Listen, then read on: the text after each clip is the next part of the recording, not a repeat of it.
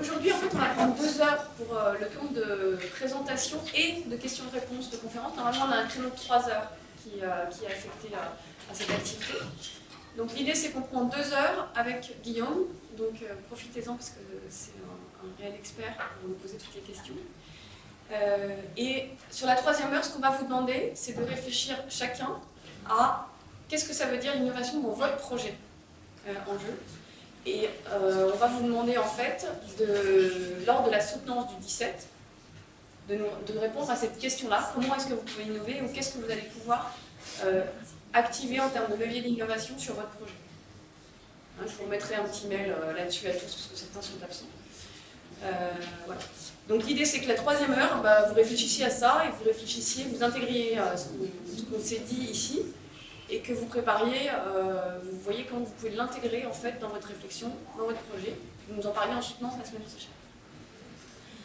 Voilà, alors on a invité Guillaume de Benveniste. Guillaume en fait a fait l'ESSEC, a une formation de philosophe aussi, et est tombé à faire un certain nombre de stages dans lesquels il s'ennuyait. Donc il a exactement le parcours que vous allez avoir ici, c'est-à-dire que vous allez faire des stages, vous allez faire des expériences, puis à un moment donné, on va espérer qu'il y a un déclic qui se fasse et que vous disiez c'est vraiment ça. Donc Guillaume en fait a fait un certain nombre de stages et un jour il s'est retrouvé à un stage sur l'innovation et il s'est dit ça y est c'est marrant. Depuis relativement tôt il est tombé dedans et à chaque fois qu'il a pu faire un pas dans sa carrière professionnelle pour rester, se rapprocher de l'innovation, il l'a fait. Donc aujourd'hui Guillaume en fait il conseille les grandes entreprises. Alors nous on parle toujours du CAC 40 mais lui c'est les Fortune 500 parce qu'il est franco-américain. Et donc, il travaille aussi beaucoup avec des sociétés américaines. Et il les conseille en fait dans toute leur stratégie d'innovation. Innovation et souvent transformation, et en particulier en ce moment, transformation digitale. C'est le sujet des grandes entreprises qui ont du mal sur ce là-dessus. Et alors, on a la chance aujourd'hui, donc Guillaume vient d'écrire un livre sur les secrets de la Silicon Valley, des entrepreneurs de la Silicon Valley. Et on a la chance aujourd'hui, donc ce livre est sorti il y a quoi, il y a un mois ? Il y a un mois. Et on a la chance aujourd'hui d'avoir la première présentation, en fait, quelque part officielle des concepts qu'il y a dans son livre. Il n'y a pas eu de présentation de fait de ce livre, comme ça. Vous avez la primeur de ça aujourd'hui, et puis il va vous faire partager en fait son expérience de l'innovation depuis une dizaine d'années maintenant. Merci Guillaume. Donc on y laisse 1 heure et demie.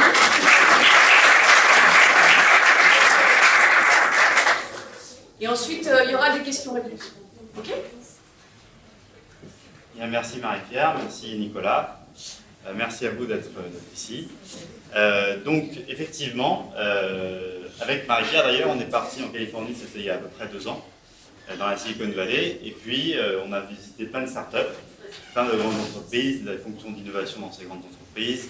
On a visité aussi des investisseurs.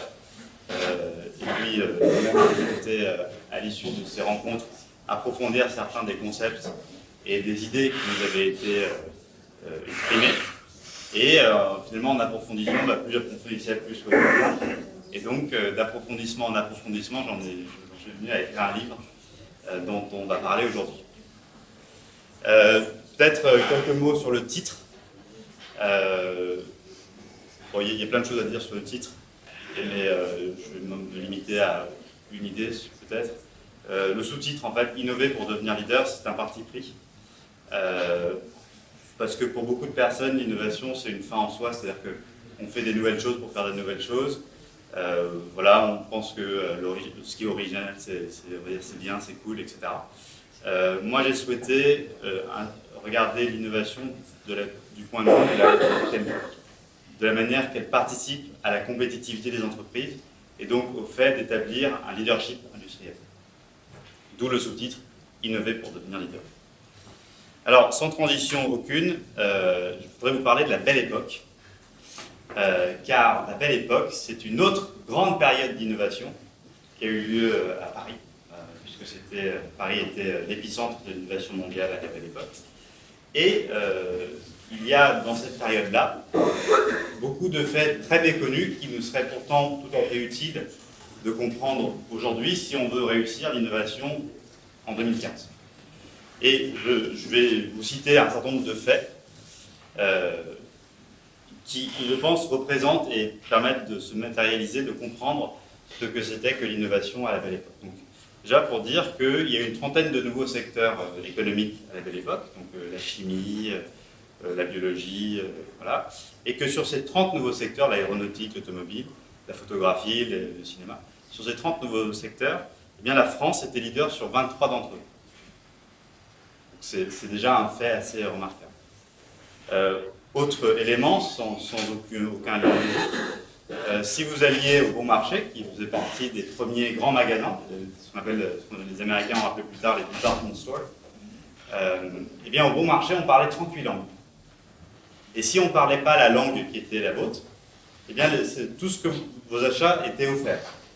Donc il y avait en fait un souci de la relation client tel qu'on s'assurait à ce qu'il y ait des interprètes dans plein de langues. Je ne sais pas si vous avez fait un tour récemment au Bon Marché, mais je ne suis pas sûr qu'ils parlent 38 langues. Et c'est quand même assez étonnant de se rendre compte qu'aujourd'hui, en fait, avec toutes les avancées technologiques, avec le fait qu'il y ait Internet qui permette de connecter des gens de pays très différents, avec l'aviation commerciale qui permet de raccourcir les trajets, eh bien, on ne soit pas capable, dans ce même magasin, de faire montre d'un cosmopolitisme. C'est un fait important. On pourrait multiplier les exemples. Par exemple, au Grand Palais, sur le fronton du Grand Palais, c'est une pierre qu'on a malheureusement perdue, mais on pouvait lire que l'avenir sera forgé avec les outils que nous allons créer. Donc ça dénote quand même un certain état d'esprit, à la fois de confiance dans le fait de créer de nouveaux outils, et aussi dans le fait que ces outils vont déterminer d'une façon ou d'une autre le futur qu'on s'apprête pour. Deux autres exemples, et j'en arrêterai à cela. Première chose, alors chose qu'on ne sait pas, mais savez-vous que l'avenue de l'Opéra est une avenue donc extrêmement large, et si elle est large comme ça, c'est parce qu'elle était conçue pour que les gens qui habitent l'avenue de l'Opéra puissent se déplacer en avion. Donc en fait, c'était une sorte de piste d'atterrissage. Donc on avait une façon de concevoir la ville qui est encore très différente de celle qu'on a aujourd'hui, et ça montre quelque chose de très visionnaire. Voilà. Et enfin, un dernier exemple, qui d'ailleurs a également eu lieu près de l'Opéra, et en fait auquel j'ai pensé parce que c'est quelque chose que j'ai moi-même vécu quand j'étais à San Francisco. C'est vraiment extrêmement simple. Donc c'est l'histoire de personnes qui se retrouvent dans un café à l'Opéra et qui discutent de leur nouveau projet d'entreprise. En l'occurrence, c'était un projet d'entreprise automobile. Et donc, ils se parlent, chacun dit, voilà, on va remplacer la force animale par la force mécanique sur tel et tel segment de marché. Et donc le garçon de café donc, sert le café, et puis donc arrive un deuxième, troisième, quatrième convive, il sert un autre café, etc. Et à la fin de cette discussion, le garçon de café est tellement enthousiasmé par tout ce qu'il a entendu de façon saccadée, puisque lui-même entre et sort de la discussion à mesure qu'il sert le café, il décide d'acheter un titre d'action. Et donc, on lui remet un titre, voilà, c'est une sorte de feuille de canson très grande comme ça, donc en échange d'une certaine somme. Il prend le titre, qui ressemble donc un peu comme une sorte de portrait comme ça, et ce titre, il l'affiche chez lui, dans son salon. Donc en fait, ce qui est remarquable, c'est plusieurs choses. C'est on parle de l'innovation de façon très ouverte dans des cafés. Deux, une personne qui en fait n'est pas un homme d'affaires au sens financier du terme est suffisamment intéressée pour acheter un titre, une action. Trois, il trouve ça tellement génial l'action qu'il a achetée qu'il la met dans son salon. Donc moi la première question la question qu'il faut poser à partir de cet exemple, c'est qu'est-ce qu'il faudrait pour que aujourd'hui des gens qui investissent dans des startups, vous-même, vos parents, vos oncles, vos frères, vos sœurs, ils mettent dans leur salon le titre de Google ou de Facebook. Et si je parle de cet exemple, c'est pour expliquer, c'est pour rendre compte d'un état d'esprit. Et ça, c'est la première chose qui m'a marqué, moi, quand je suis dans la Silicon Valley. Et quand on va d'ailleurs dans des cafés dans la Silicon Valley, vous écoutez ce que les autres personnes disent, vous constatez qu'à peu près la moitié des personnes dans le restaurant parlent de comment ils ont investi dans la startup et qu'elle a fait faillite. Et comment il y en a un autre, en fait, il n'a pas fait faillite, il a gagné beaucoup d'argent. Et comment il y a un troisième, il ne sait pas ce qu'il faut faire, etc. Et puis, il y en a d'autres qui parlent de sujets qui n'ont absolument rien à voir, qui sont des sujets de sport, de famille, etc. Mais voilà, si je parle de ça, c'est pour dire qu'il y a une partie d'état d'esprit autour de l'innovation qu'il ne faut pas négliger, et qu'on a eu en France, qui s'est incarné en France, et qui, à mon avis, en tout cas à ce jour, n'est plus présent. Donc, une fois qu'on a dit ça, donc on s'intéresse à la Silicon Valley. Donc, évidemment, la question, c'est pourquoi. Car on pourrait s'intéresser à d'autres zones géographiques. Et de la même façon, on peut s'intéresser à l'innovation sans nécessairement rapporter ça, comme l'a très bien dit Nicolas, à un endroit, à un contexte qui est celui du contexte de Californie. Bon, moi, j'ai souhaité m'intéresser à la Silicon Valley parce que c'est un endroit de création de richesse qui est absolument exceptionnel sur la planète. Quelques chiffres qui, je pense, permettent de bien prendre conscience des grandeurs. En France, à la belle époque, on a créé beaucoup d'entreprises qui aujourd'hui sont leaders mondiaux, donc ce qu'on appelle le CAC 40. 100% du CAC 40 français a été créé à la belle époque, 100%. 100% du CAC 40 français a été créé à la belle époque. Ce qui veut dire que dans les années 50, dans les années 60, dans les années 70, on n'a pas créé d'entreprises qui aujourd'hui sont au CAC 40. Eh bien, ces entreprises du CAC 40 ont un âge moyen de 102 ou 103 ans. Mais dans la Silicon Valley, on a créé 4 entreprises qu'on qualifie de GAFA. Pour dire Google, c'est le G, Apple, c'est le A, F, c'est Facebook, et le deuxième A, c'est Amazon. Eh bien, ces 4 entreprises-là, dont l'âge moyen doit être de 16 ou 17 ans, Apple étant la plus vieille, puisqu'elle a 32 ou 33 ans, ont une capitalisation boursière qui, aujourd'hui, est à peu près égale à l'ensemble du CAC 40. Donc vous avez 4 entreprises qui ont une capitalisation boursière qui est égale à 40 entreprises qui ont un âge 3 fois supérieur. Ça, c'est quand même assez sidérant. Ça, c'est un premier fait absolument marquant. Deuxième fait marquant, parce qu'on peut dire, ah oui, non mais ça c'est juste les GAFA, bon, ces entreprises ont bien fonctionné, mais après, il n'y a rien. Bah, en fait, ce n'est pas le cas, puisque il y a une soixantaine d'entreprises qui ont une valorisation qu'on appelle pré-IPO, c'est-à-dire avant qu'elles arrivent sur la bourse, de l'ordre de 1 milliard de dollars. 60 entreprises. Et il y a à peu près 180 entreprises, entre 180 et 200 entreprises, qui ont une valorisation boursière qu'on appelle de nouveau pré-IPO de 500 millions de dollars. Donc en fait, quand on regarde l'ensemble de ça, on voit qu'il y a une création de richesse qui est assez remarquable. Donc ça, c'est la raison pour laquelle j'ai souhaité m'intéresser à la Silicon Valley. Une fois qu'on a dit ça, la deuxième question, c'est comment est-ce qu'on s'intéresse à la Silicon Valley? Parce que sur ce même sujet-là, il y a plein de façons de regarder la Silicon Valley. Et je vais en citer quelques-uns. La première façon de regarder la Silicon Valley, c'est de dire on va faire le tour de toutes les startups.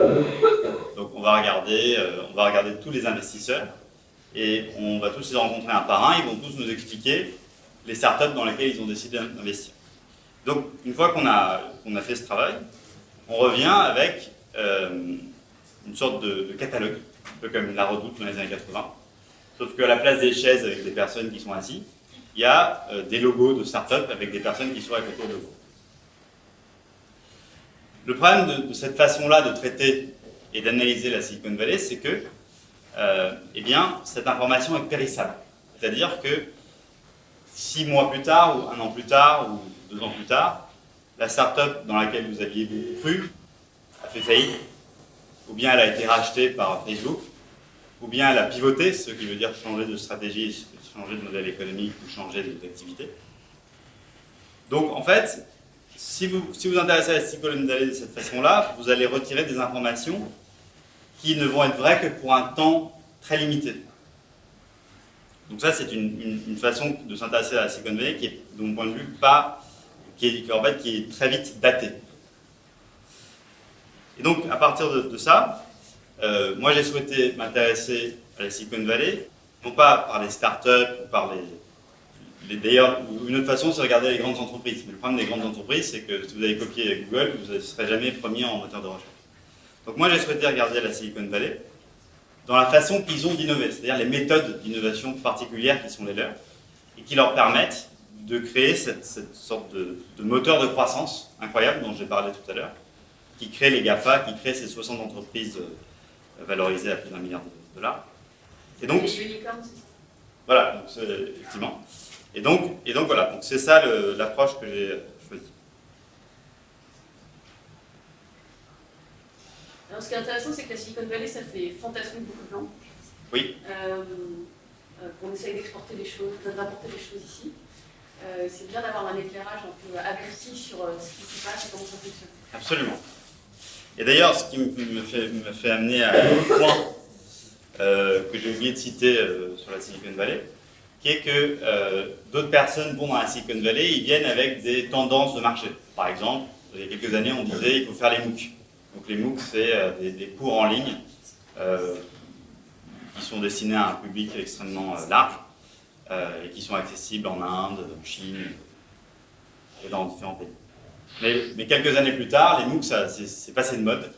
Et donc, ce qui était pertinent en 2012-2013, là, ne l'est plus en 2015. Donc, en fait, de nouveau, c'est cette histoire de trouver l'information qui n'est pas périssable. Et en fait, en France, dans la façon qu'on a s'intéresser à la Silicon Valley, parfois, on est sujet nous-mêmes à ces modes. C'est-à-dire qu'on importe les modes californiennes, on s'enthousiasme pour les MOOC, et puis 2 ans plus tard, on nous explique que les MOOC, finalement, c'est pas si génial. Donc, sans transition aucune, j'aurais souhaité vous poser une question. Quel est le point commun avec l'ensemble de ces logos qui figurent sur le tableau?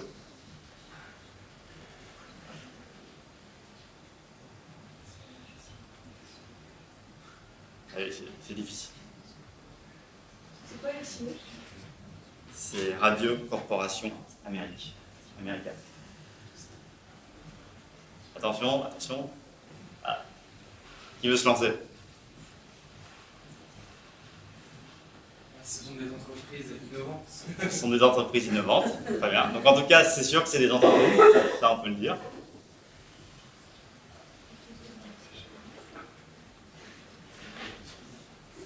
Personne ne veut se lancer? Bah, au moins une deuxième proposition.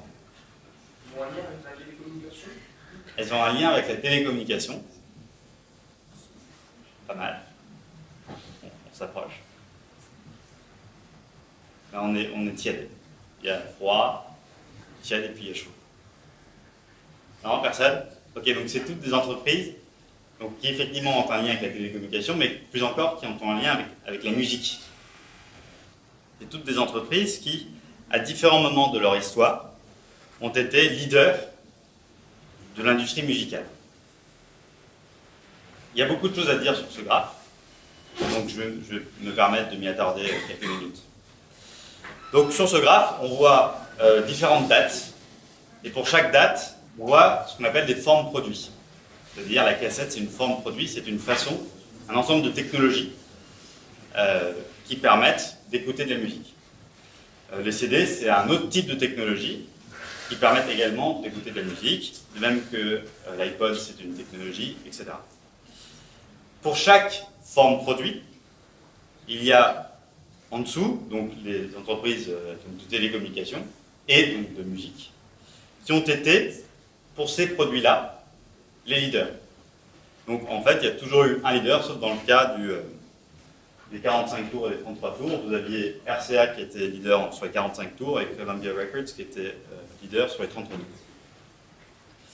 Et ce qui est absolument incroyable, c'est que on peut constater qu'aucune entreprise leader sur une forme produit particulière n'est capable de conserver sa position de leadership lorsque la forme produit change.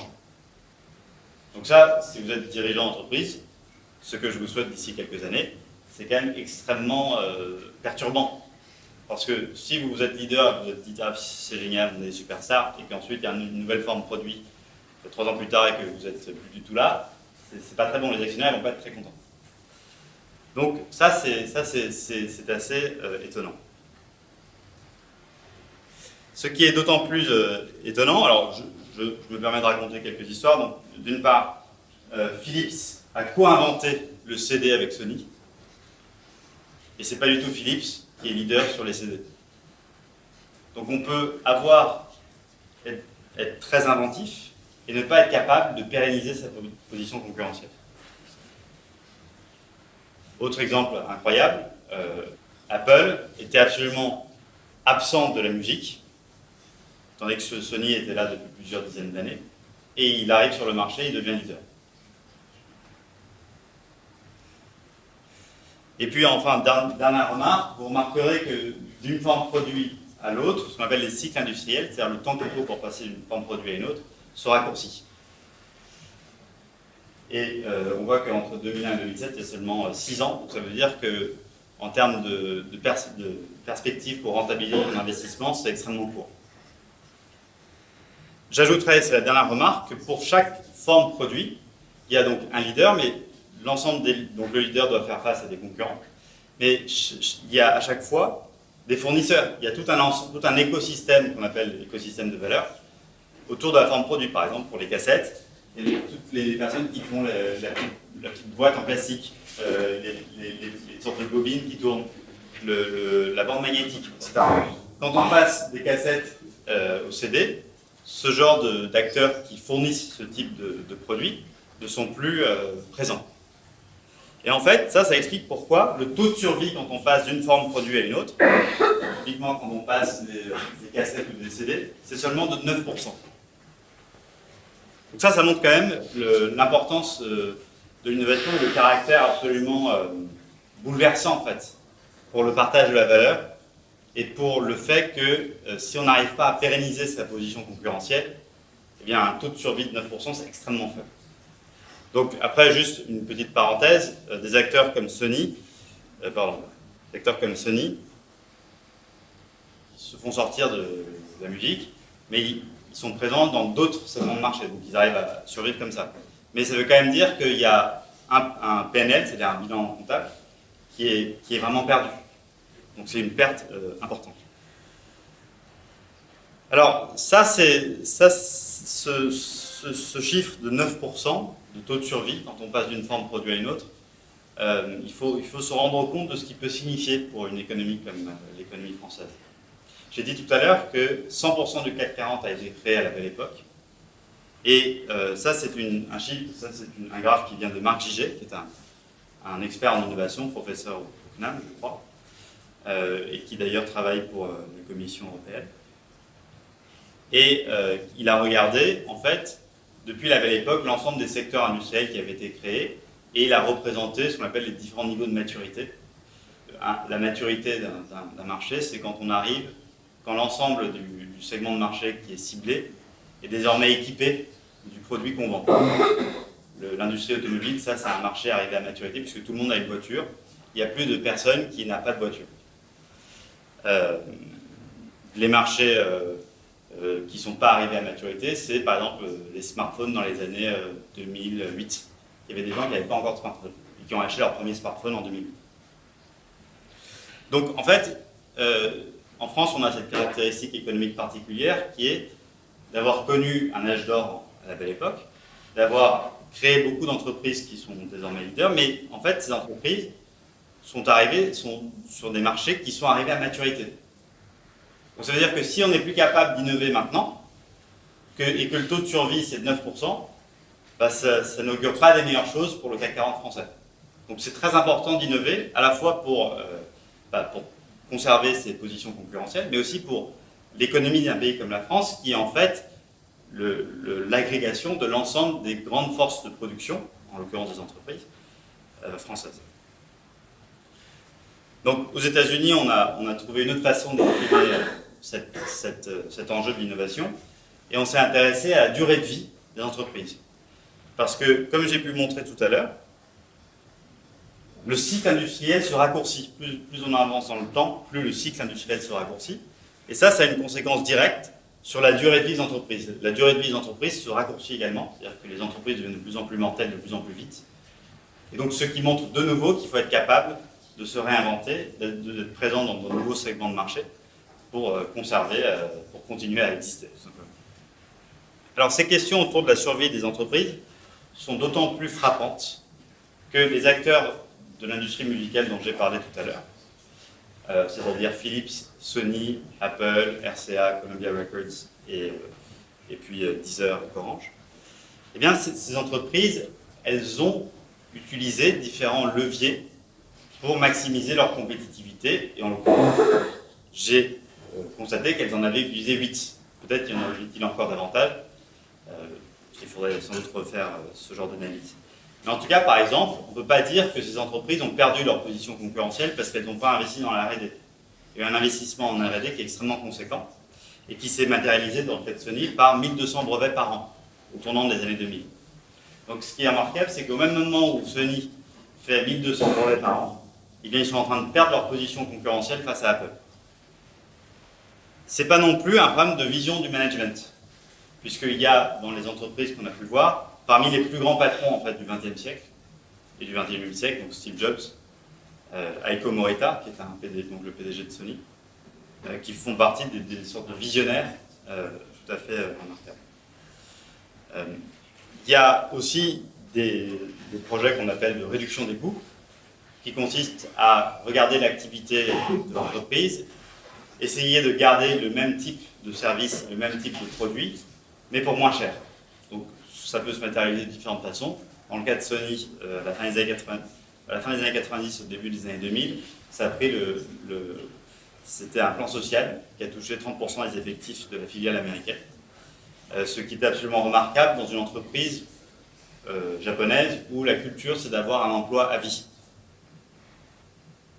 Enfin, il n'y a pas eu de manque d'amélioration des produits. Si vous regardez par exemple les améliorations des cassettes audio, chaque année c'était un peu mieux, on pouvait enregistrer pour un peu plus longtemps, c'était un peu plus fiable. La même chose pour les CD. Au début, ça faisait simplement le son, ensuite on a fait les CD-ROM, etc. Ce qui m'amène d'ailleurs sans transition au marché adjacent, c'est le fait d'avoir une technologie et d'être capable d'utiliser cette technologie pour attaquer de nouveaux marchés. Donc typiquement pour les CD audio, c'est le fait de faire des CD-ROM qui permettent de mettre des programmes informatiques, qui permettent d'y stocker des logiciels, et donc qui permettent de faire usage de cette technologie sur un marché informatique qui n'est pas le marché initial du CD audio. Il n'y a pas eu non plus de gestion de fournisseurs, de problème de gestion de fournisseurs, il n'y a pas eu non plus un manque de fusion-acquisition. Il y a d'ailleurs eu les plus grandes fusions-acquisitions des années 80, c'était réalisé par Sony, avec le rachat là on va rentrer dans les détails, mais de toutes les pistes musicales d'une entreprise de New York, avec par exemple Michael Jackson, etc. Et non, il n'y a pas eu non plus un problème de compréhension du client et de manque d'intimité client. Donc en fait, quand on dit ça, on est assez perplexe parce qu'on voit qu'il y a un taux de survie, enfin il y a une innovation qui fait qu'on n'est plus leader quand il y a une nouvelle forme de produit. Et en même temps, les entreprises qui étaient leaders ont fait usage de différentes stratégies pour conserver leur compétitivité. Et en dépit de ce travail-là, elles n'ont pas réussi à conserver leur compétitivité. Donc ça, c'est assez étonnant. Et ça pose, je pense, la question de la façon qu'il faut faire pour innover, pour garder sa position concurrentielle. D'où le sous-titre de mon livre, Innover pour devenir leader, qui pourrait s'appeler d'ailleurs Innover pour rester leader. Et donc j'en viens à une meilleure compréhension peut-être du mot innovation, qui lui-même donc peut faire appel à différentes interprétations. Et il y a différentes façons de définir un terme. On ne va pas rentrer dans ce genre de détails, mais je vais procéder de façon extrêmement simple. On va regarder les mots qui sont proches de l'innovation et voir en quoi c'est différent de l'innovation. Donc, typiquement, l'innovation, ce n'est pas une invention. L'invention, c'est quelque chose de nouveau, mais sans qu'on ait nécessairement une connaissance du marché et sans que cette nouveauté déclenche un acte d'achat. Et l'innovation, c'est quelque chose de nouveau qui déclenche un acte d'achat. Donc si vous avez dans votre entourage pensé à quelque chose de nouveau que personne n'a jamais acheté, ça c'est une invention. Et si vous avez dans votre entourage également quelque chose de nouveau que vous-même avez acheté ou que vos amis ont acheté, ça c'est une innovation. Typiquement, Léonard de Vinci, c'était à la fois un grand innovateur et un grand inventeur. Il a fait certaines nouvelles choses. À l'époque, c'était les princes de Florence, de Milan, qui pouvaient se porter acheteurs pour ce qu'ils faisaient. Bon, il y a certaines des nouveautés qu'il a créées que personne n'a achetées. Et d'autres qui ont trouvé acquéreurs. Donc, ce qui a trouvé acquéreur, c'est une innovation, ce qui n'en a pas trouvé, c'est une invention. Par ailleurs, l'innovation, ce n'est pas non plus un gadget. Ça, c'est absolument majeur comme distinction. Le gadget, c'est quelque chose de nouveau que vous achetez une fois. Par exemple, vous allez dans un magasin de tourisme et vous voyez la tour Eiffel avec des étoiles. Voilà. Ou enfin, quelque chose que vous achetez une fois, que vous utilisez peut-être une ou deux fois et qu'ensuite vous oubliez. Ça, c'est un gadget. Une innovation, c'est quelque chose de nouveau que vous achetez et dont vous vous servez tous les jours. Donc typiquement, une tablette, un iPad, ça c'est une en tout cas pour ceux qui se servent de leur tablette quotidiennement, c'est une innovation. Enfin, l'innovation, c'est pas la technologie. C'est vrai qu'en France, on a une tendance à aborder l'innovation sous l'angle de la technologie. Donc on a des Rafales, on a des TGV, on a fait le Minitel, on a toutes sortes de grands programmes. Et ces produits-là sont en général d'une grande sophistication technique, mais de nouveau, un peu comme pour l'invention, elles ne trouvent pas toujours d'acquéreur. Et en fait, pour avoir un acquéreur, il faut s'intéresser au client. Donc en fait, là, cet exemple, figurez-vous, il est réel. C'est un scanner qui est fait par General Electric. Et en fait, ce scanner, donc c'est un scanner assez austère en réalité. Et lorsqu'il était utilisé dans un hôpital américain, eh bien les enfants avaient très peur parce que ça fait beaucoup de bruit. Voilà. Donc il y a eu beaucoup d'enfants qui ont dû mis sous des calmants, etc. Et ils ont fait intervenir une IDEO, qui est une entreprise de design thinking, qui font du conseil en innovation. Et ils ont totalement réinventé en fait, l'expérience de faire un scanner pour que ça devienne une sorte d'aventure pour enfants. Donc c'était plus l'histoire des pirates, et que donc, quand on rentre dans le scanner, il faut ne pas bouger, parce qu'on ne voudrait pas que les pirates vous entendent, etc. Et bien ce genre de changement dans la façon de vivre l'expérience de faire un scanner, ça a permis à ce qu'il y ait moins d'enfants qui aient besoin de prendre des calmants, ce qui a permis ensuite d'augmenter la productivité du scanner et donc d'augmenter sa rentabilité pour l'hôpital. Puisqu'un hôpital, quand il achète un scanner, il ne veut pas qu'il serve 2 fois par jour, ça coûte extrêmement cher, donc il doit servir de façon intense. Et donc il ne faut pas que si à chaque fois il faut faire des calmants et tout, on ne trouve pas le modèle économique. Donc ce qui est intéressant là, c'est de voir qu'un objet technique très sophistiqué, qui peut avoir fait l'objet de dépôts de plusieurs dizaines de brevets, peut ne pas séduire un client parce que ses clients à lui, en l'occurrence les patients, les enfants, sont rebutés par la forme technique austère du produit. Et qu'il y a un travail parfois de réinterprétation de l'expérience client qui permet ensuite de rendre cet objet technique austère plus familier. Enfin, c'est un dernier point, en fait, et là je m'adresse vraiment à vous, parce que dans 10 ou 15 ans, vous serez peut-être des grands dirigeants. Et l'innovation, ce n'est malheureusement pas le progrès. On vit une période très particulière, avec la robotisation, avec la digitalisation d'un certain nombre de process industriels. Et selon certains experts, d'ici 10 ans, à peu près 50% des jobs seront faits par des robots. Donc là, on aura fait des innovations, mais je ne suis pas sûr que 50% des gens qui travaillent aujourd'hui en France soient plus en train de travailler. Ça constitue un réel progrès de société. Donc ça, c'est très intéressant de comprendre et ça permet aussi de relativiser la valeur de l'innovation. Et ça permet aussi de resituer l'innovation dans ce qu'elle fait de bien, mais aussi de ce en quoi elle est incomplète. D'ailleurs, une des choses qui me frappe le plus par rapport à la belle époque, c'est qu'à la belle époque, on pensait le progrès et pas l'innovation. Et aujourd'hui, on pense plus l'innovation que le progrès. Donc ça montre qu'il y a quand même un appauvrissement philosophique qui fait qu'on n'est plus capable d'intégrer le sens de la marche de l'homme dans la création de nouveaux produits. C'est-à-dire on crée des nouveaux produits pour créer de nouveaux produits, on est content quand quelqu'un les achète, mais on ne se demande pas de quelle manière est-ce que ça participe à l'amélioration de la condition humaine. Et donc sachez qu'un jour, vous aurez des décisions d'allocation de ressources à faire. Peut-être remplacerez-vous des robots par des hommes, je ne sais pas. Mais en tout cas, sachez que Le progrès et l'innovation, c'est pas pareil, et ce que je vous souhaite, c'est d'être un acteur du progrès, et pas juste de l'innovation. Et donc, ceci étant dit, j'en viens en fait enfin à la définition de l'innovation. Donc, en tout cas, c'est une définition que je tire de ce livre, à Open Innovation. C'est tout simplement de dire que l'innovation, c'est une invention qui trouve un marché. Et l'idée, en fait, le mot absolument clé, c'est de trouver un marché, et c'est là-dessus qu'on va réfléchir davantage. Alors, une fois qu'on a dit ça, on a établi que l'innovation, c'était absolument indispensable pour demeurer compétitif, que quand on n'arrive pas à innover, le taux de survie, c'est d'1%. On a vu que l'innovation, c'est quelque chose qui trouve un marché. Donc, j'espère qu'à ce stade, vous êtes convaincus qu'il faut innover. Voilà. Si ce n'est pas le cas, il faudra qu'on fasse une nouvelle conférence. Mais une fois qu'on a acquis cette conviction-là, c'est déjà pour dire, c'est déjà un grand pas en avant. Et je me permets de dire ça parce que je rencontre beaucoup de dirigeants d'entreprise, etc. Et pour beaucoup d'entre eux, il n'est absolument pas acquis que l'innovation, ça soit un vecteur de compétitivité au même titre que l'excellence opérationnelle ou d'autres vecteurs de compétitivité. Je dis ça en passant.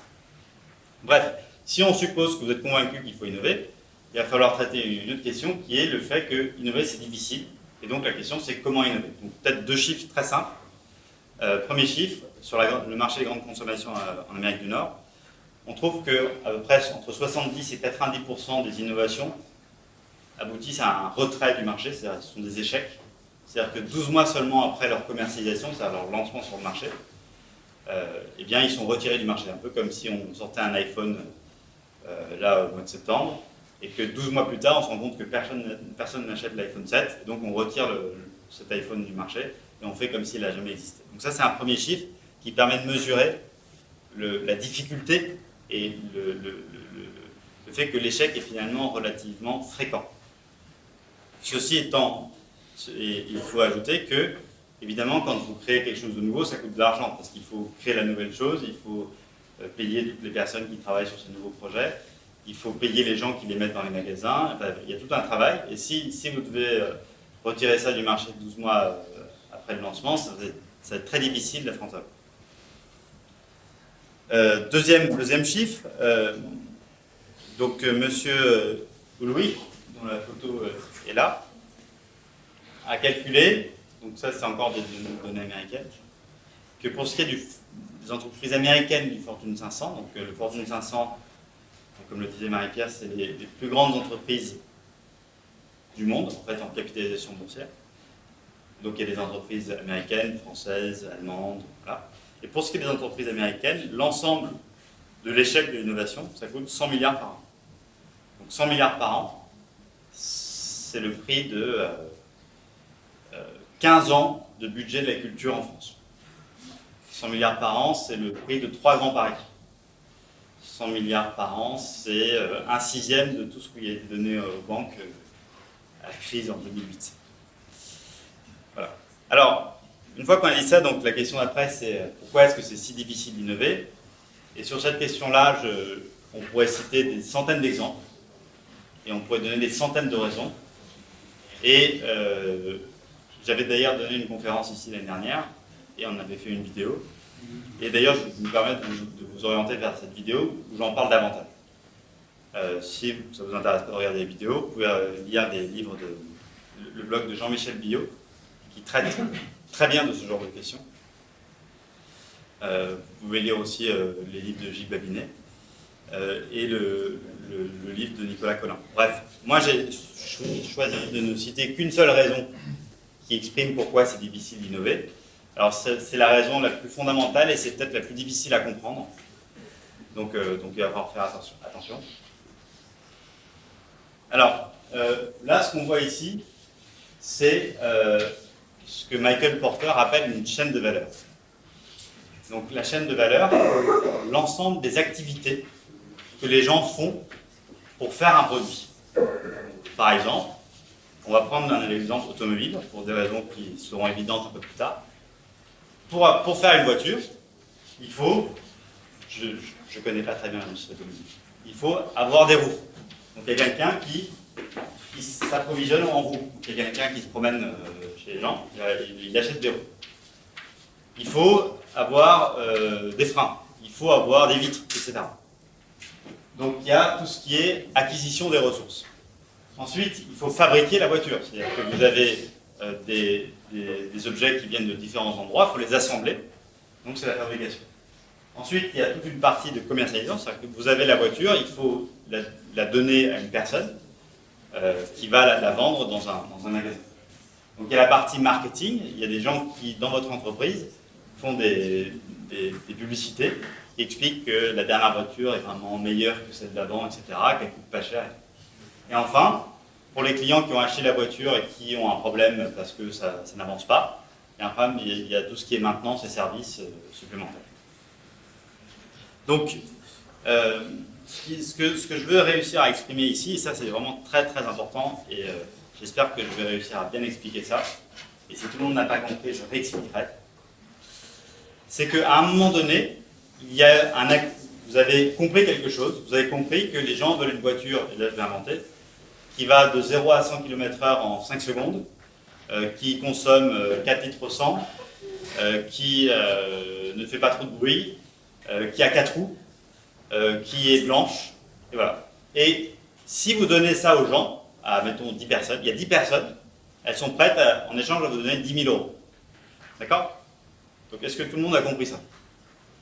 Oui ou non? Ok, super.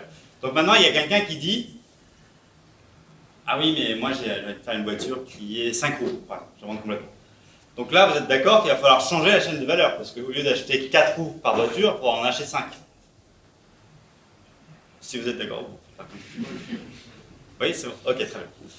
Donc en fait, ce que je veux dire par là, c'est que le fait d'apporter quelque chose de différent dans une chaîne de valeur, ça suppose de changer ce qu'on appelle l'allocation des ressources, c'est-à-dire le fait que quand vous achetez une 5e roue, il faut acheter la 5e roue, donc il faut dépenser de l'argent pour acheter la 5e roue. Et il faut aussi changer l'allocation des ressources qu'on appelle humaines, c'est-à-dire les gens. Il faut que la personne, l'équipe qui est chargée d'acheter les roues, il faut peut-être envisager de faire un recrutement, puisqu'il y a des roues supplémentaires à acheter. Et il faut aussi espérer qu'à la fin, il y a bien des gens qui achètent votre voiture avec 5 roues. Parce que si vous avez acheté des roues en plus, recruté des gens en plus, et qu'ensuite personne n'achète la voiture avec 5 roues, vous êtes dans une situation compliquée. Donc ça montre un peu la difficulté de ça. Donc, pour illustrer cette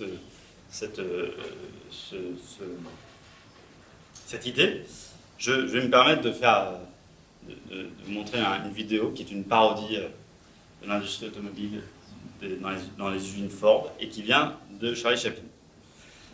Donc, donc là, alors j'ai pas mis. Donc là, en fait, ce qu'on voit, c'est que là, il y a une chaîne de montage. Donc là, on est sur la chaîne de valeur que j'expliquais. On est ici, dans la fabrication. Donc il y a déjà eu.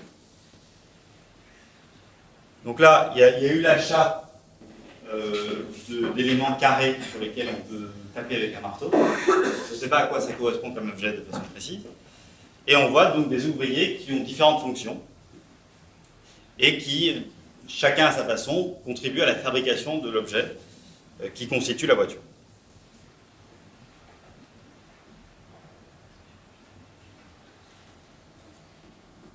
Donc là en fait, il y a tout un essor au début du XXe siècle, ce qu'on appelle l'organisation scientifique du travail, qui d'ailleurs a été inventée par un centralien, qui s'appelle André Citroën, et qui a été repris et extrêmement développé aux États-Unis par Henry Ford, qui a fait des usines extrêmement grandes et qui ont été d'ailleurs rendues possibles par l'électricité, qui est une technologie transverse, et qu'on n'avait pas imaginé pour utiliser à faire des usines. Je dis ça au passage parce que l'électricité était conçue comme une technologie servant à éclairer. Et on ne pouvait pas concevoir que ça pouvait servir aussi à changer complètement la façon de travailler, et notamment de travailler en usine.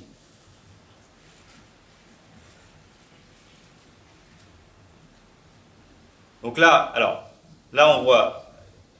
Donc là, ce qu'on a vu tout à l'heure, c'est qu'il y a un contremètre. Donc il y a une certaine cadence de production à respecter. puisque tout à l'heure on a dit qu'il faut faire 10 voitures, parce que vous avez 10 personnes qui veulent acheter vos voitures. Donc il faut les faire, ces voitures. La personne, elle est prête à acheter pour le mois de mai. Enfin, c'est 10 personnes. Donc il faut que vous ayez fait vos voitures pour le mois de mai. Il faut que chacun respecte une certaine cadence de production pour que les voitures soient sur le marché quand il y a des clients qui sont prêts à les acheter. Et donc vous avez un contremaître qui s'assure du respect des cadences de production. Et puis, il y a une abeille ou une mouche. Et ça, alors ça c'est une métaphore pour expliquer l'idée qu'il y a de la variabilité dans le processus de fabrication. C'est-à-dire qu'il y a des éléments qu'on n'arrive pas à prévoir. Donc il y a des choses qui se passent qu'on ne prévoit pas, des changements circonstanciels, qui font que, donc dans ce cas-là, l'ouvrier est distrait, qu'il arrive quand même à tenir la cadence de production.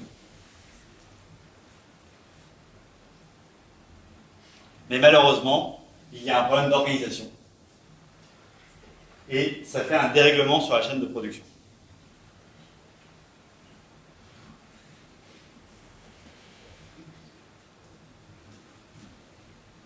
Voilà.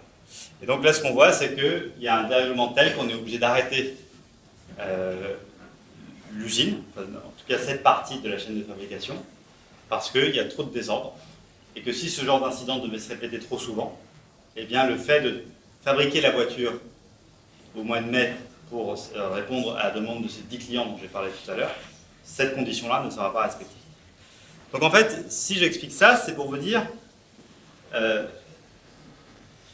ce qui est attendu des dirigeants d'entreprise, des ouvriers, de l'ensemble des collaborateurs de l'entreprise, c'est une certaine prédictibilité.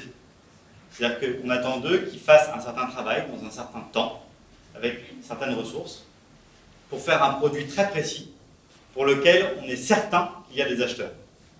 Mais si vous dites là qu'on va faire un produit différent, je vous laisse imaginer le risque que vous prenez, en termes d'image et aussi en termes de carrière, parce que si jamais personne n'achète votre voiture avec 5 roues, vous êtes vraiment dans une situation extrêmement compliquée. Donc est-ce que vous avez bien compris? Ça, c'est la raison que j'ai choisi de retenir, qui doit expliquer la difficulté de l'innovation. Est-ce que vous comprenez pourquoi innover dans ces conditions-là, c'est difficile? Si c'est oui, vous pouvez faire un exemple. Oui? Tout le monde? Ok, très bien. Donc une fois qu'on a dit ça, donc je vais poser la question qui était évoquée au tout début, c'était comment innover, donc avec des éléments méthodologiques. Et on va de nouveau revenir à notre formidable secteur musical. Et je vais vous poser des questions extrêmement simples. Pourriez-vous m'expliquer en quoi différentes formes de produits, donc je vous laisse choisir celle que vous préférez, quand on passe d'une forme de produit à une autre, par exemple des CD à un iPod, comment est-ce que ça rend le fait d'écouter de la musique plus facile? Je vous écoute. Oui? La mobilité. Alors, très bien. Est-ce que vous pouvez m'expliquer un petit peu plus? Eh bien, avec un CD, on est déjà obligé d'avoir un lecteur, et puis avec l'iPod, eh bien, le lecteur il est déjà intégré, et l'unité de stockage aussi, donc c'est plus 2 ans. D'accord. Donc la mobilité. Et on ne peut pas promener avec un CD Si, mais c'est plus en plus. C'est-à-dire C'est-à-dire que le lecteur CD, il est plus lourd, plus difficile à avoir, et que éventuellement l'autonomie sera moins. D'accord, très bien. L'autonomie, ça veut dire quoi? La longueur du cycle de la batterie. D'accord, ok, très bien. Donc la mobilité, effectivement. D'autres idées? La simplicité d'utilisation. Par exemple, je pense à la cassette, il faut la rembobiner. Exactement. Le CD, après, il n'y avait pas besoin. D'accord, très bien. Et dans quelles circonstances est-ce que ça c'est particulièrement utile? Quand on a des fins, notamment pour les jeunes enfants qui ne savent pas s'en servir, avoir quelque chose de facile, on appuie sur un bouton, ça marche. Donc le fait d'appuyer sur un bouton, on arrive directement à la piste musicale que l'on souhaite, versus les cassettes audio où il faut faire plus ou moins au pif et on arrive peut-être au milieu de la chanson qu'on souhaite écouter. Oui? Mais d'un côté, ça c'est un nouveau besoin pour s'éclairer par l'innovation, parce que j'imagine qu'en 1963, les gens étaient super heureux d'avoir une cassette, ils s'en fichaient de faire plutôt un rembobiner. C'est juste que nous aujourd'hui on est tellement habitués à appuyer sur un bouton, ça nous casserait les pieds de devoir attendre 10 minutes de plus que ça rembobine, mais c'est pas un truc qu'on a créé nous-mêmes, enfin un besoin que la société s'est créé tout seul. En fait, je pense que... Alors, il y a plusieurs façons de répondre à cette question, mais je crois que on veut des trucs simples. Donc, plus c'est simple, plus on le fait. Je ne sais pas comment vous êtes venu ici, ici, mais peut-être être venu en marchant, c'est très simple, très simple. S'il y avait quelque chose d'encore, par exemple la téléportation, vous serez peut-être venu en téléportation, si c'était encore plus simple que la marche. C'est gagner du temps, donc... Ça peut être gagner du temps. Mais gagner du temps, c'est un des paramètres qui permet de rendre la vie des gens plus simple. Oui. J'ai des sites de stockage aussi. Alors, oui. Parce que, par exemple, sur le TRS, on pouvait mettre, je sais pas, 2-3 morceaux. Sur un CD, on pouvait en mettre une vingtaine, et sur un iPod, on peut en mettre 500, et sur une Deezer, c'est pas bon. Alors ça c'est très très bien, et juste pour que vous sachiez, l'argument de vente de l'iPod quand il est sorti, c'était 1000 chansons dans la poche. Donc il y a le stockage et la mobilité.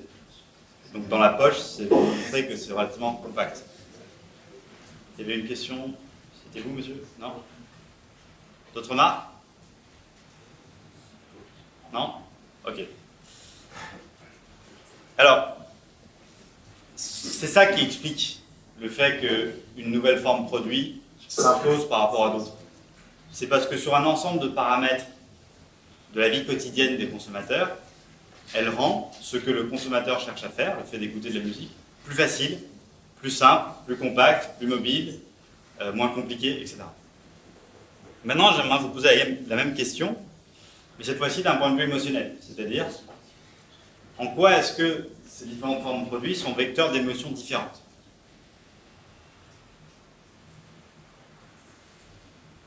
Oui. D'un point de vue émotionnel, c'est pas forcément de mieux en mieux, parce que je pense aux nombreuses personnes hyper nostalgiques des disques Gratuitement. Oui, voilà, pour certains, c'est une paire. de ton disque que quand tu sors chez iPod. Alors, il y a une partie de la phrase que je n'ai pas entendue. Il y a beaucoup plus d'émotion à sortir le tourne-disque qu'à sortir à l'iPod, donc c'est pas forcément mieux. C'est pas forcément, mais très bien. C'est aussi de plus en plus immatériel. C'est à cause lié à la pensée publique, par l'émotion. Par exemple, 10 heures, il y a pas mal, quoi. Mais je suis pas trop. Ok, oui. Si on se disait on ne possède rien, on n'a pas de souvenir, on ne garde rien, donc il n'y a pas de trace. D'accord. Ça se remarque. Donc là, à vous écouter, honnêtement, on a l'impression que c'est de moins en moins bien. D'un point de vue émotionnel, j'ai l'impression que vous n'adhérez pas totalement à l'évolution des formes produits. C'est à peu près ça ou pas? Oui. Ok. Est-ce qu'on peut juste essayer d'imaginer une émotion positive par rapport aux nouvelles formes produits? Oui. Il y a l'immédialité dans une nouvelle forme de musique. Avant, on pouvait passer des heures à chercher un CD, mais si on ne pouvait pas, et là, on a envie d'écouter une chanson, et on peut vraiment faire directement. Ça permet de coller à des émotions. Si on veut bien écouter une chanson, qui peut passer 3 heures, chercher un CD, on peut le faire directement. Je pense que d'un point de vue émotionnel, c'est tout. Oui, donc c'est l'accessibilité, l'immédiateté, parfait, très bien. Il y avait une autre remarque en haut, je crois. Oui. Je vais dire la liberté en fait. La liberté. Par rapport à Deezer, on peut y avoir accès partout, aussi une connexion internet aussi. Oui. Ok, très bien.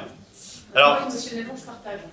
Donc c'est plus facile de partager quelque chose sur Deezer que les réseaux sociaux que. tout à fait, que les musiques.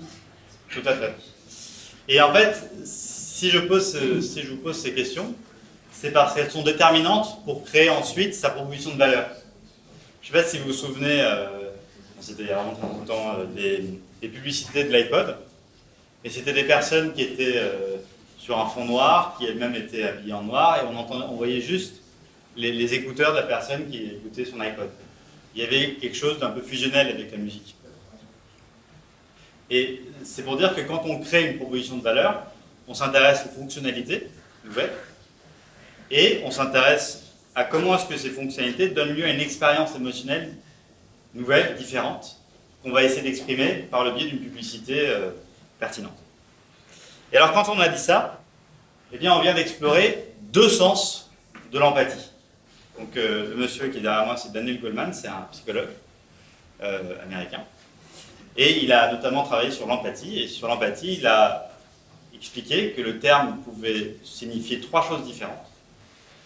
Pour moi, ça voulait dire empathie, le fait d'être dans la compréhension. Donc la personne vous explique qu'elle est triste, et vous dites ah. Mais en lisant M. Goldman, j'ai compris que c'était pas seulement ça l'empathie.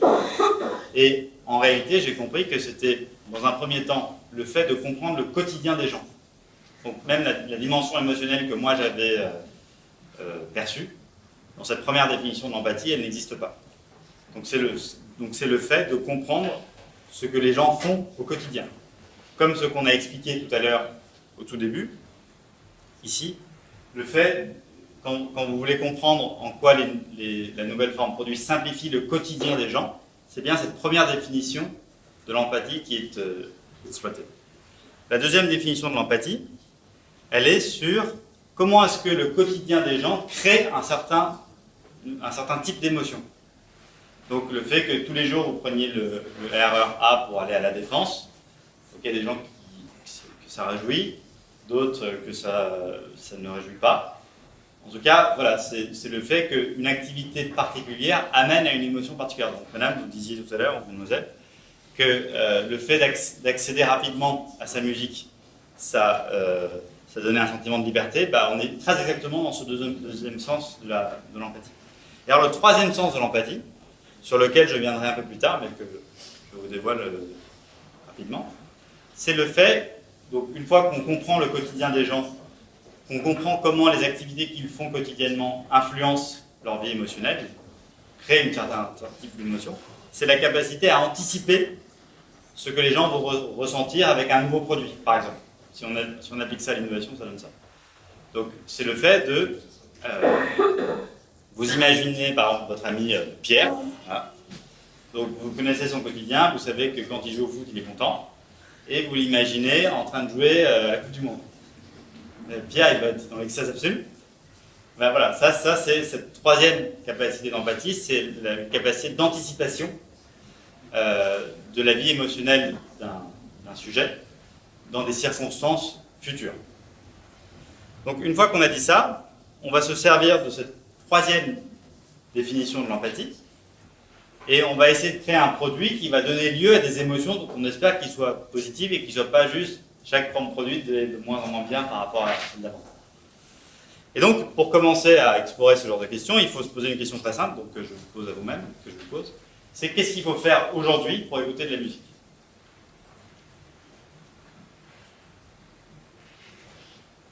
Donc là, tout de suite, vous dites, ça y est, j'en ai assez de cette conférence, je vais écouter de la musique, qu'est-ce que vous faites ? Et sur YouTube. Sur YouTube. Donc ça veut dire quoi, si on décompose ? Donc on sort un téléphone, on va sur Internet, on met YouTube dans le navigateur et on arrive sur la chanson et on écoute. Très bien. D'autres idées ?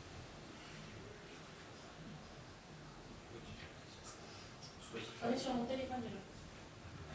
Alors, il y a genre Spotify et puis l'autre c'était téléphone déjà, mais j'ai pas entendu avant. J'en ai déjà sur mon téléphone. Ah, très bien. Il y a déjà des chansons sur le téléphone. Ok. Et puis Spotify. C'est plus facile, je trouve, avec une application Spotify que YouTube, c'est beaucoup plus rapide. Très bien. Donc en tout cas, le premier travail de l'innovateur, c'est d'observer son client. Alors qu'on peut appeler diversement, mais soit de consommation, c'est le cas ici, soit de production lorsqu'on travaille pour une entreprise qu'on appelle B2B, bon ça c'est pas très intéressant, mais bref. L'idée c'est, on regarde comment la personne fait pour accomplir la tâche d'écouter la musique. Et moi-même, j'ai fait cet exercice pour préparer la conférence. Et j'ai mis quelques activités qui sont absolument pas exhaustives. Typiquement, quand on fait ce genre de travail d'observation, il faudrait arriver sur une liste d'une centaine d'activités. Donc une fois que vous faites donc typiquement, mademoiselle, vous disiez que vous sortiez votre téléphone portable, que vous alliez sur le navigateur, que vous alliez sur YouTube, que vous cherchiez sur YouTube la musique que vous souhaitez, et qu'ensuite vous l'écoutiez, et vous-même, vous aviez, je pense, directement des choses sur votre iPod, voilà. Et monsieur, vous êtes sur Spotify, qui est sur votre téléphone également, voilà. Donc on voit quand même que la forme produit à chaque fois, c'est le téléphone. Ensuite, vous allez poser une question à vos clients, à vos consommateurs. Vous allez leur poser 3 ou 4 questions. La première question, c'est pour chaque activité qui est là, est-ce que vous êtes satisfait ou pas satisfait entre 0 et 10 de comment ça marche aujourd'hui? Donc, est-ce que, par exemple, moi, quand je suis sur mon Vélib et que je vais écouter de la musique, je mets la main dans ma poche, en général, je mets à côté, j'ai du mal à sortir le téléphone, le feu est passé au rouge, il y a une passante qui passe, je tourne, je me prends le mur, et après, et voilà. Ça, c'est pas bon, vous êtes d'accord? C'est compliqué, la musique est difficilement accessible quand on fait du Vélib. Donc, pour moi, c'est une source d'insatisfaction.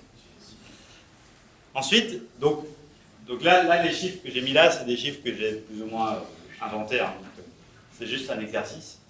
Mais en tout cas, voilà, pour chaque activité, on note si on est satisfait ou pas satisfait des moyens qui sont à disposition aujourd'hui. Ensuite, pour chaque activité, on note si on considère que l'activité est importante. Par exemple, le fait de se tenir informé des nouveautés musicales. Est-ce que ça, c'est important ou pas important pour vous? Le fait de partager sa musique avec ses amis. Est-ce que ça, c'est important ou pas important?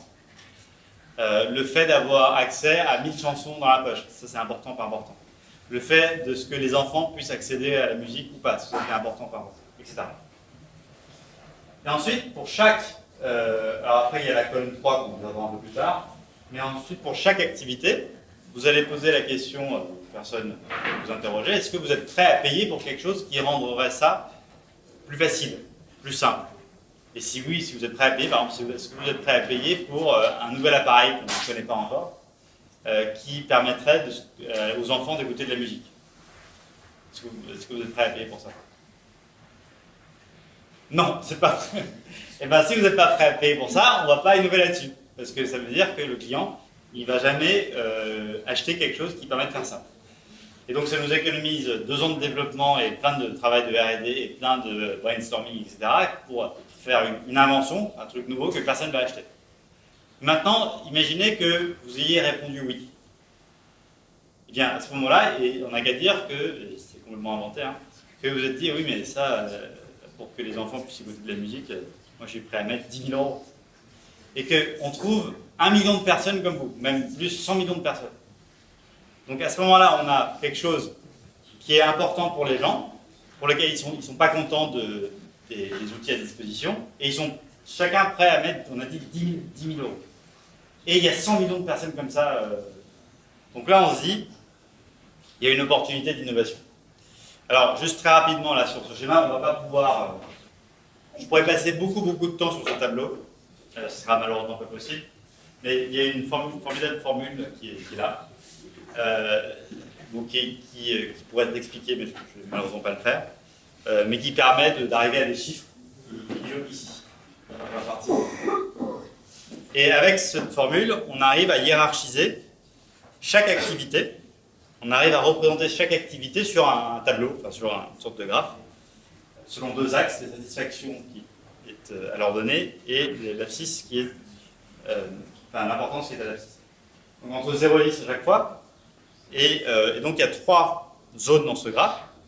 Il y a ce qui est pas très important et ce qui est plutôt satisfaisant. Donc est-ce qu'aujourd'hui on peut faire le tour de ce genre de choses qui, dans votre expérience de l'écoute musicale, vous semble pas très important et plutôt satisfaisant?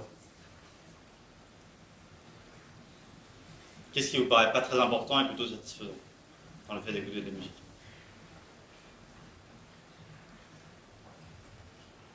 Attention, attention. Le premier qui parle.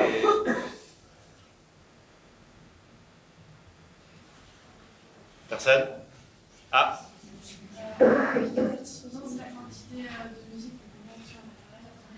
Donc ça, c'est pas très important. D'accord. Voilà, c'est ça. Très bien. Donc ça veut dire que si demain, je viens avec une idée pour faire un truc qui fait 1 million de chansons, eh bien je sais qu'il ne faut pas allouer X millions d'euros là-dessus.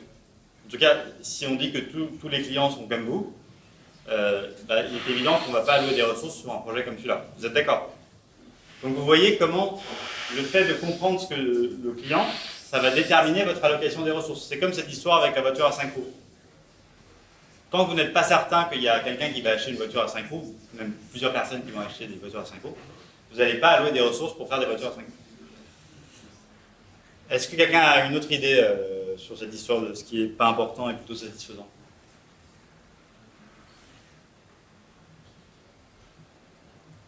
Non, ah, oui. Le fait que ce soit de plus en plus petit, enfin, l'iPod Nano, ça n'a pas explosé du marché que Très intéressant. Ça, c'est très intéressant. Et là, on voit en fait la réponse du marché. C'est-à-dire que le fait de continuer à miniaturiser les composants, si votre analyse du marché est juste, mais on suppose qu'elle l'est, eh bien, ça ne génère pas de ventes supplémentaires. Donc, ça veut dire que tous les projets de miniaturisation des composants informatiques de l'iPod ne sont pas prioritaires. Ça a des conséquences industrielles majeures. Vous en avez peut-être pas compte, mais c'est pourtant le cas. Ok, oui? En fait, il y avait plus une question concernant. Vous disiez que le fait qu'un produit soit puisse entrer sur un marché était déterminé par combien le consommateur était prêt à payer. Oui. Mais dans les cas, par exemple, on parlait tout à l'heure de YouTube, Oui.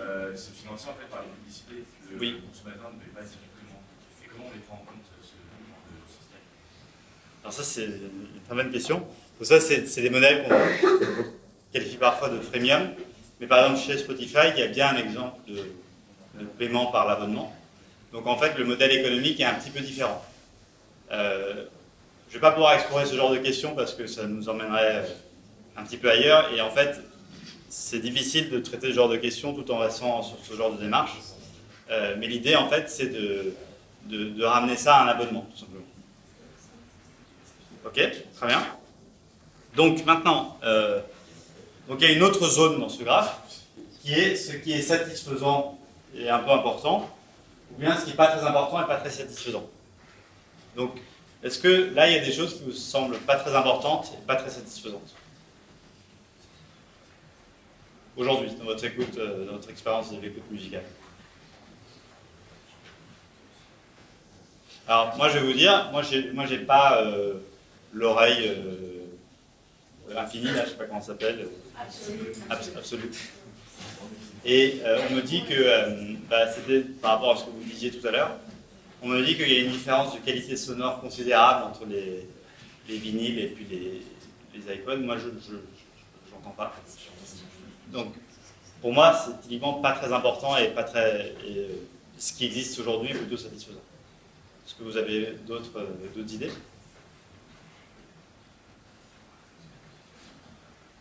Non?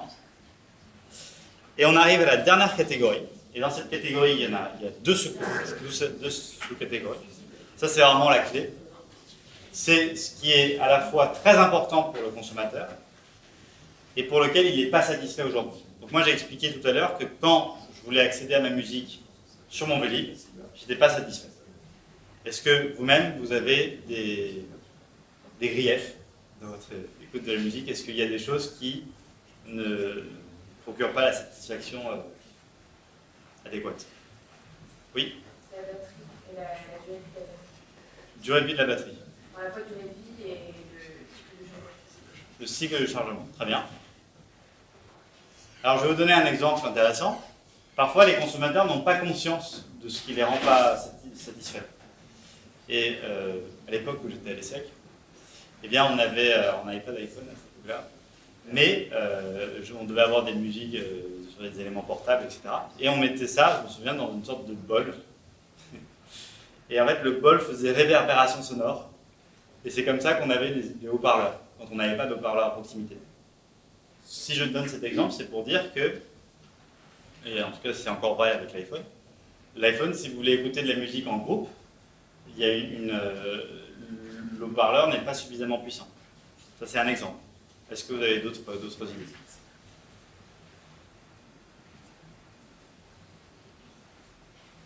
Oui? D'accord, l'autonomie de batterie, parfait, très bien. Mademoiselle, vous aviez un exemple aussi ou pas? On n'a pas accès aux composants. Vous n'avez pas accès à? Aux composants de l'iPod. C'est-à-dire que s'il y a un panne, là, on est bloqué.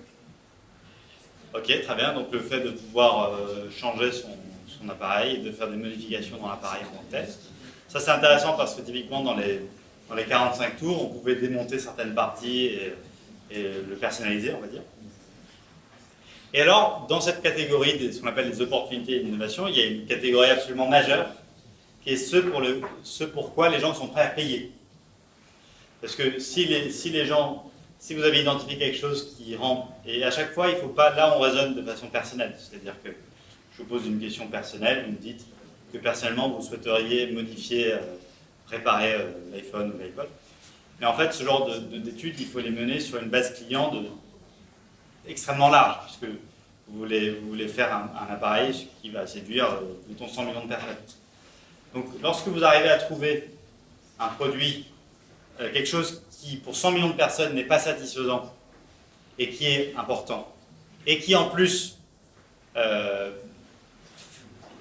pour lesquels les gens sont prêts à payer, eh bien là, vous avez une opportunité d'innovation. Donc là, vous avez trouvé votre marché.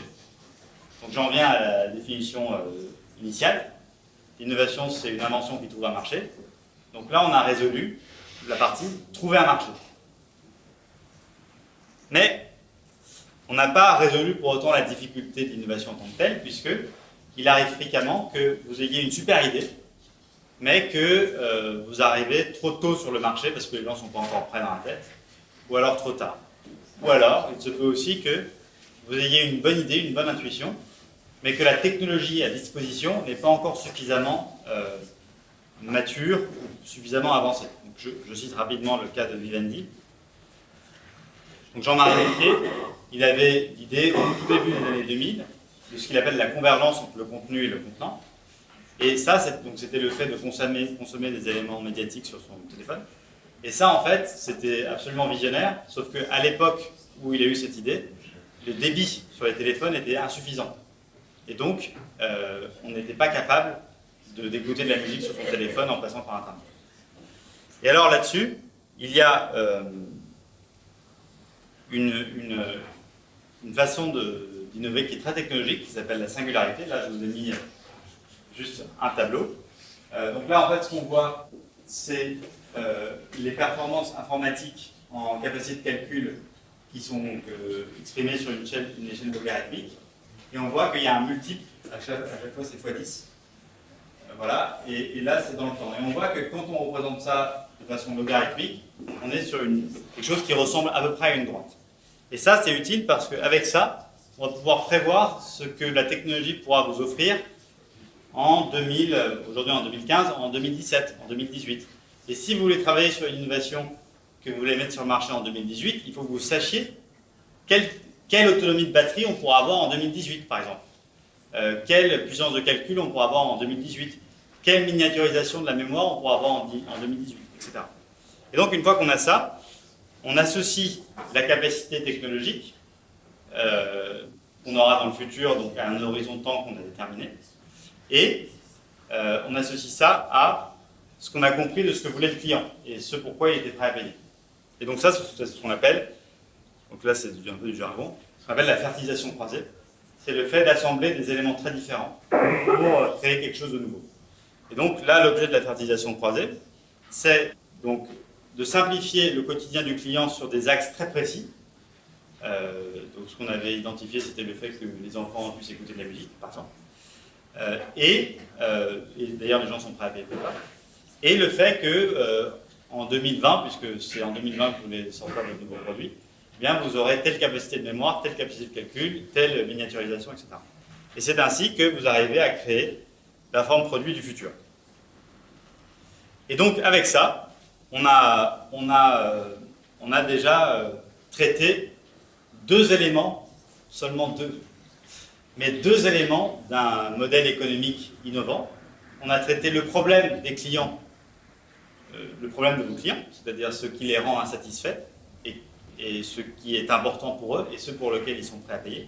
On a déjà une ébauche de solution, c'est-à-dire une ébauche de forme produit. Alors bien sûr, là c'était vraiment extrêmement dans la grande ligne, mais il faut faire tout un travail pour essayer d'imaginer la forme produit qu'on peut créer dans le futur, étant donné les capacités technologiques du futur. Et avec ça, il ne vous reste plus qu'à faire les 7 autres cases du modèle économique et vous avez réussi à innover. Voilà. C'est à peu près tout. Donc si on résume mon propos, Innover, c'est extrêmement important. C'est ça qui permet de demeurer compétitif. Quand on n'innove pas, on perd ses positions concurrentielles. Innover, c'est très difficile à réussir parce qu'il y a des pertes de l'ordre de 100 milliards de dollars par an pour les entreprises américaines du Fortune 500. Pour réussir à innover, il faut comprendre le client, donc il faut comprendre son quotidien, il faut comprendre ce qu'il cherche à faire. Et ensuite, il faut créer quelque chose qui va lui rendre la vie plus simple. Et on va créer quelque chose qui va lui rendre la vie plus simple en s'appuyant sur les technologies à disposition dans un horizon d'investissement qui a été arrêté.